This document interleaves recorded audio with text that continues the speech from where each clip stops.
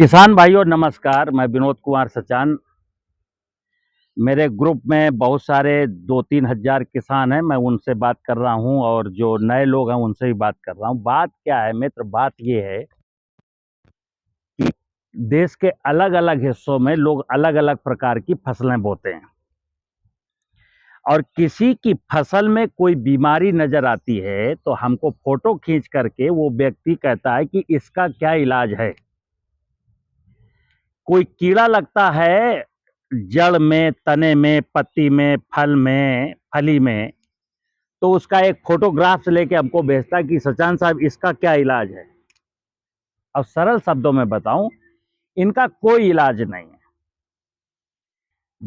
संसार में फसलों में जो बीमारी आ चुकी है या फसलों में जो कीड़ा आ चुका है उसका रियलिटी में कोई इलाज नहीं है।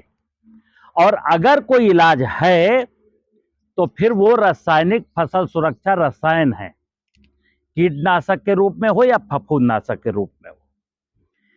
जब बात प्राकृतिक खेती की आज चल रही है तो प्राकृतिक खेती का मतलब ये है कि मुझे प्रकृति की व्यवस्था के अधीन रह करके प्रकृति की व्यवस्था को समझते हुए खेती करनी है।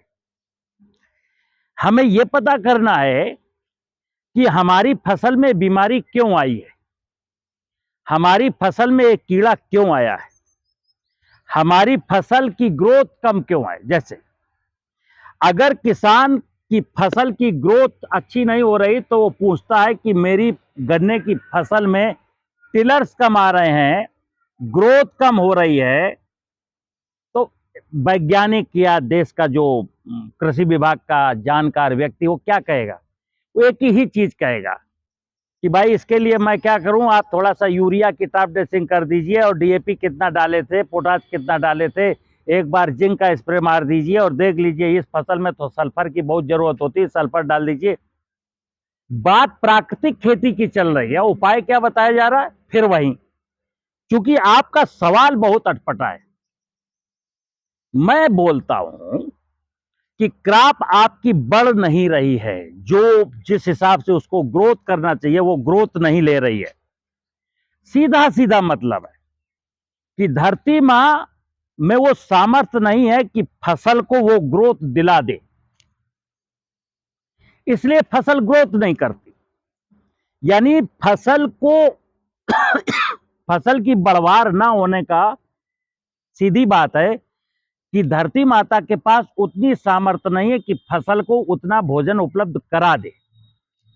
तो प्रॉब्लम तो ये है और सॉल्यूशन मैं खोजता हूं बाजार में, केमिकल फर्टिलाइजर में। ठीक इसी प्रकार आपकी फसल में कोई बीमारी लगती है तो आप किसी से पूछते हैं साहब इस बीमारी का क्या उपाय है, आप सोचते हो शॉर्टकट है। नो, खेती में कोई शॉर्टकट नहीं, खेती में समझ का विषय है, समझदारी से काम लेना है। और एक वीडियो मैंने डाली थी, मैंने कहा खेती में निवेश नहीं, खेती में धन नहीं, खेती में दिमाग की जरूरत है। अगर खेती में दिमाग का निवेश नहीं लगा ना तो आप कुछ भी कर लेना, आपको खेती में घाटा होता है, जैसे आज हो रहा है। तो क्रॉप ग्रोथ नहीं कर रही, इट मींस कि सॉइल की फर्टिलिटी वीक है, सॉइल में कार्बन कम है, सॉइल में जीवांश कार्बन कम है, सॉइल में ह्यूमस कम है। अब क्रॉप में कोई बीमारी लग गई तो बीमारियां आप जानते हैं 3 प्रकार की होती, मिट्टी से जन्म लेने वाली सॉइल बोर्न डिजीज, हवा से जन्म लेने वाली एयर बोर्न डिजीज, और सीड से, मतलब वो बीज, पुरानी जिस फसल का बीज लिया वो फसल बीमार थी। तो seed borne, soil borne, air borne. Seed borne के लिए आप बीज का उपचार करके उसको काफी हद तक कंट्रोल कर सकते हैं, और वो चाहे आप बीजामृत से करें और चाहे किसी फफूंदनाशक से करें। फफूंदनाशक चूंकि बीज शोधन में बहुत कम लिटिल मात्रा लगती है, उससे कोई साइड इफेक्ट बहुत ज्यादा नहीं है। लेकिन और जब एयरबोर्न डिजीज आती है, एयरबोर्न का मतलब है आपके खेत में बीमारी नहीं थी, पड़ोसी के खेत में थी, वहां जब बीमारी के स्पोर्स पक गए, हवा में उड़ के आ गए, तो आपके खेत में बीमारी लग गई। इस बीमारी का तो इलाज जो बात करते हैं ना, संजीवनी खाद, नीमास, ब्रह्मास, आग्नेयास, 10 पर्णियर, हवा जनित बीमारी का तो इलाज है, लेकिन ये बीमारी बहुत कम लगती है। ज्यादातर बीमारियां लगती हैं सॉइल बोर्न, यानी जमीन से जन्म लेने वाली बीमारी।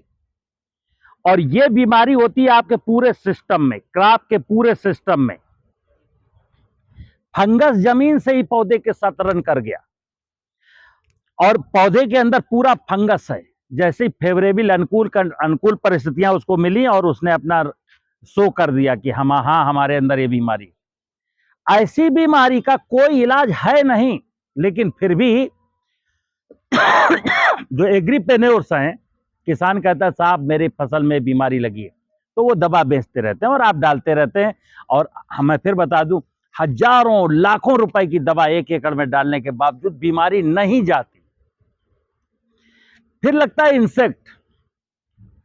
तो ये जो सॉइल बोर्न डिजीज है, इसको कैसे कंट्रोल करेंगे? मैंने कई बार बोला कि जंगलों में जाइए तो जंगल में नाना प्रकार की वनस्पतियां होंगी, किसी भी वनस्पति में आपको कोई बीमारी नहीं नजर आएगी। कारण यह है कि वहां पर सॉइल में positive pathogen, pathogen means negative and positive, micro organism negative and positive. तो जो निगेटिव पैथोजन है, जो बीमारी फैलाने वाले हैं, उनको पॉजिटिव पैथोजन वही कंट्रोल कर लेते हैं। देखिए प्रकृति की माया। अगर सॉइल में मैंने पेस्टिसाइड डाल करके जो माइक्रो ऑर्गेनिज्म है नाना प्रकार के, उनको डेड नहीं किया, मेरे खेत में केचुआ है, दीमक है, गुबरैला है, सूक्ष्म जीव हैं, तो आप जान लीजिएगा कि भूमि जनित बीमारी क्रॉप में नहीं आएगी। लेकिन अभी पीछे कई सालों से आपने ऐसे खतरनाक रसायन सॉइल में डाले हैं कि जिससे केचुआ मर गया, गुबरैला मर गया, दीमक मर गई, ये मर गया, वो मर गया।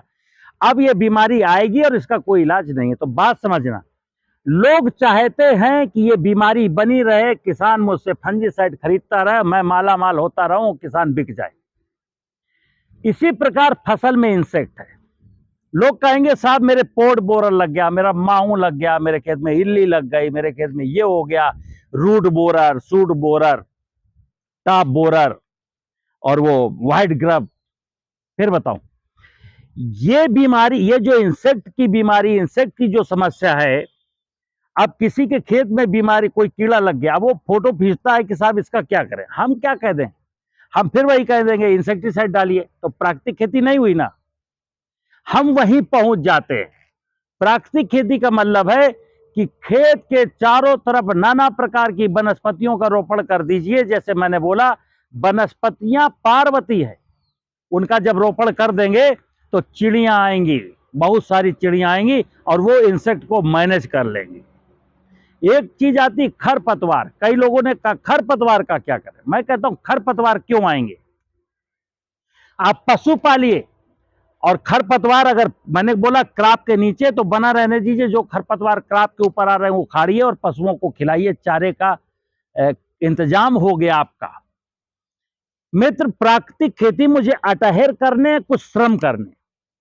अभी तो हम लोगों ने श्रम को, अटहर को बिल्कुल छोड़ दिया। किसी 90% देश के किसान किराए के ट्रैक्टर से खेती कराते हैं, गांव में बैठ करके दिन भर ताश खेलते हैं और ट्रैक्टर वाले से कहते हैं मेरा खेत जोत आना। अब वो 2 इंच जोत के आया कि 3 इंच जोत के आया, भगवान मालिक। अभी तो खेती ऐसे हो गई है। तो खेती में, प्राकृतिक खेती की जब भी बात करेंगे, तो प्राकृतिक खेती में आज बहुत सारे लोग प्राकृतिक खेती में नाना प्रकार की टेक्निक बता रहे हैं।